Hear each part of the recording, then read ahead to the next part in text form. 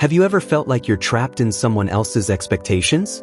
Like no matter how hard you try, you're constantly adjusting yourself just to be liked, accepted, approved? It's exhausting, isn't it?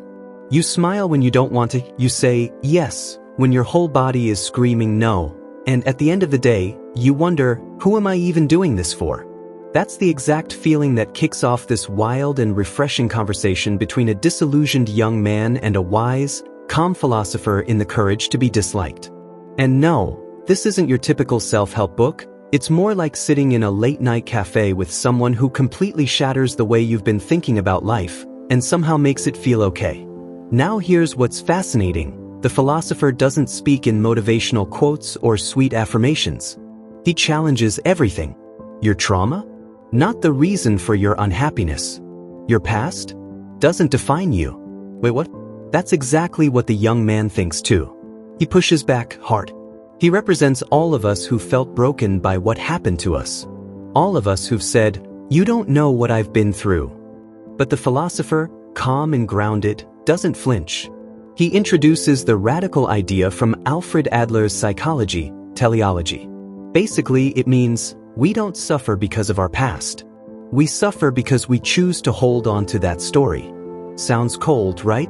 But stay with me, because this is where things get really interesting. The philosopher doesn't say your pain isn't real. He says, it's real, but maybe the reason you're still stuck in it is because it serves a purpose. Like maybe, just maybe, it gives you a reason not to take a terrifying step forward. And when I first heard that, I felt defensive too. But think about it. Have you ever delayed something important? Starting a dream, ending a toxic relationship, because deep down, the unknown was scarier than the familiar pain? Here's one moment that really hits. The young man yells, "Are you saying that people choose to be unhappy?" And the philosopher answers, yes. Not because we want unhappiness, but because it protects us. It gives us something predictable, comfortable in a twisted way.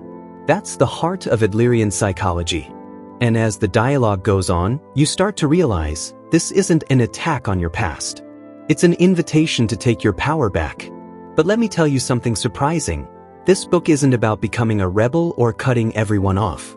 It's not go be a lone wolf advice. It's about finding the courage to live your life, even if it means some people won't clap for you. Even if they misunderstand you. The philosopher gently explains, freedom is being disliked by other people. And that line? It's like getting punched and hugged at the same time. Because how often do we base every move on approval? Think about social media alone.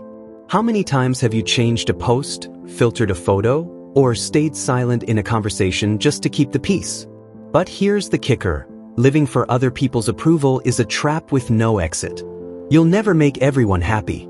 So the real question is, are you willing to be disliked if it means being authentic? That's the scary leap. And it's what separates a life of quiet frustration from one of quiet freedom.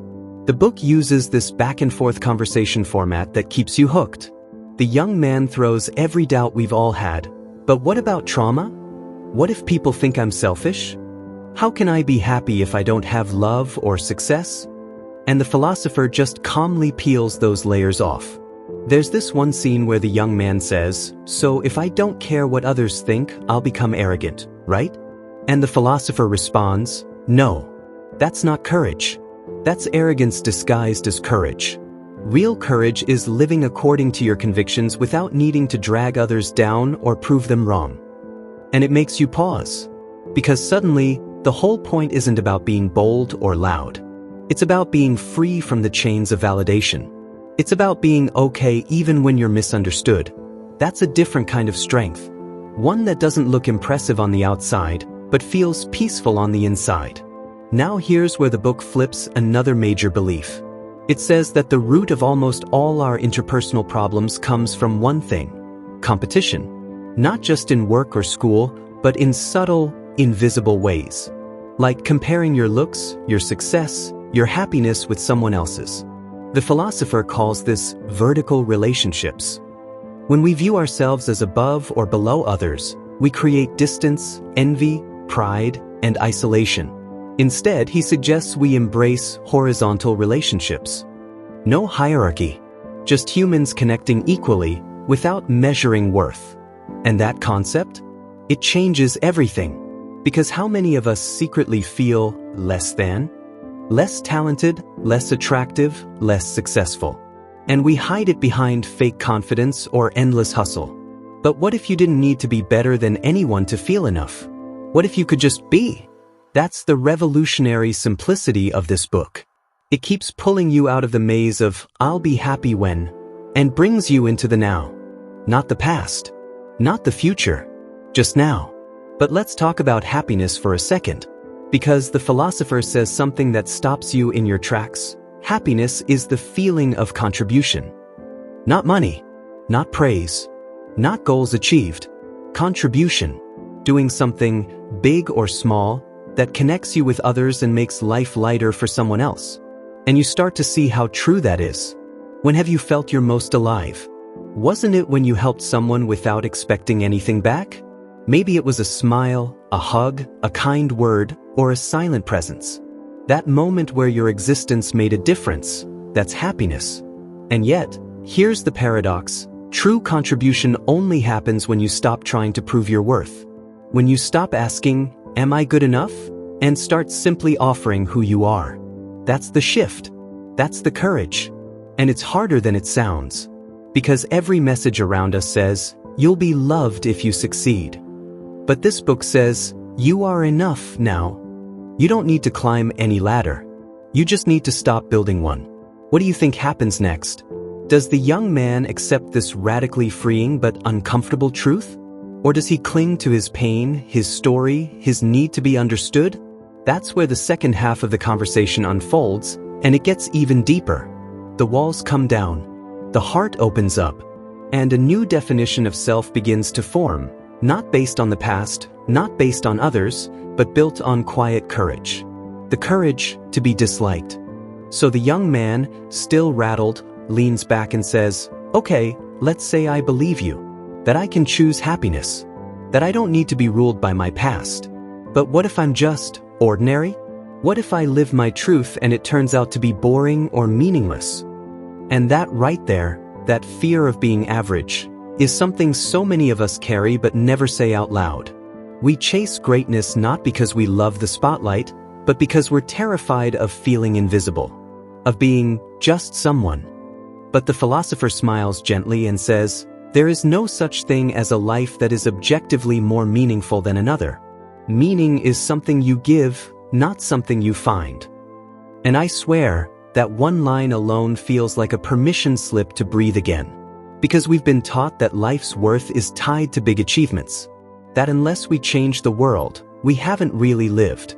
But this book says, what if being present with someone who's hurting is just as valuable?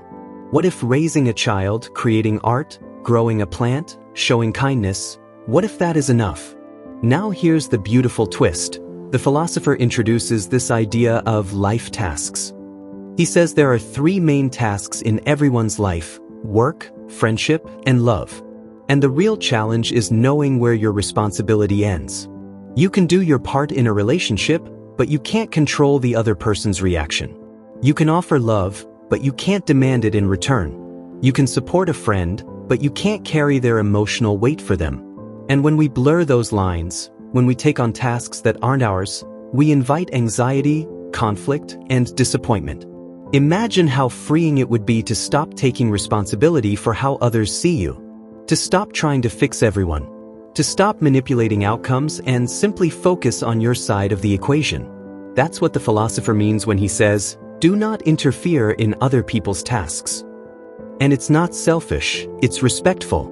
It's saying, I honor your journey enough not to take it over. But of course, the young man isn't totally sold yet. He asks, if I stop caring what people think, won't I lose connection? Won't I end up alone? And this is where the philosopher shares one of the book's most emotional insights. The opposite of recognition is not loneliness. It is freedom. Let that sink in for a second. Because yes, we want to be seen, valued, loved. That's human. But when we become dependent on recognition to feel okay, we lose ourselves. We lose spontaneity. And ironically, that's what actually leads to loneliness. Here's what's so human about this book. It never promises that courage will make life easier. In fact, it admits that choosing authenticity over approval is hard, that being disliked, even when you're doing the right thing, hurts. But it also shows that real peace comes not from being liked by everyone, but from liking yourself. From knowing, I'm living in alignment with who I am. And when that happens, even if you face resistance, even if people pull away, you stay grounded. You stop begging for seats at tables where your soul doesn't feel safe. And maybe the most unexpected insight of all? The philosopher says that our greatest fear isn't being hated. It's being truly seen. Because once you're truly seen, you can be rejected for who you really are. And that's a deeper kind of vulnerability. So what do? We perform. We wear masks. We create versions of ourselves we think others will love. But at some point, the weight of the mask becomes unbearable. That's where this book invites you to take it off. Slowly, gently, but fully. By the end of the conversation, something shifts in the young man. He's not fully convinced, he still has doubts. But his posture softens. His tone changes. He's no longer fighting for old beliefs. He's listening. He's opening. And maybe that's the first real step toward courage. Not perfection. Not confidence. Just openness. Just the willingness to ask, what if everything I believed about myself could be rewritten? And maybe that's what makes the courage to be disliked so unforgettable. It doesn't tell you to chase some fantasy version of success or happiness. It tells you to come back to yourself. To sit quietly in your own truth, even if it's messy. Even if it's misunderstood. It says, you are not the result of your past. You are not the puppet of other people's opinions. You are not broken. You are free. You've always been free. You just forgot. And now, maybe it's time to remember. So here's my question to you. What story have you been telling yourself that's keeping you small? And what would happen if you let it go? Feel like you're meant for more, but don't know how to get there? You're not alone. Every success story starts with doubt and a spark. The Self-Made Millionaire, Zero to Wealth isn't just a book. It's your roadmap to purpose, confidence, and success, built on real lessons from real millionaires. One reader said, "It didn't feel like a book. It felt like my future talking to me." Inside, you'll find the exact mindset and principles used by the world's most successful people. No fluff, just real, life-changing wisdom. Ready to take the first step? Get it 100% free. Just subscribe and comment "book" below.